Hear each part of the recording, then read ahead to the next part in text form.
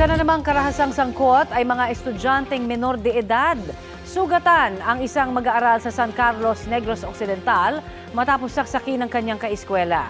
Ayon sa pulisya, bago ang insidente, nagsumbong pa ang biktimang grade 9 sa kanyang guro tungkol sa natanggap na pagbabanta.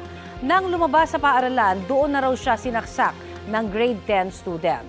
Nagtamo ng saksak sa tiyan ang biktima at ngayon nasa maayos ng kalagayan. Base sa investigasyon, away ng kani-kanilang mga grupo ang naging ugat ng pananaksak. Nasa kustudiya na ng Women and Children Protection Desk ng pulisya ang nanaksak.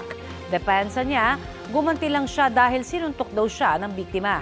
Wala pang pahayag ang biktima pati ang pamunuan ng paaralan.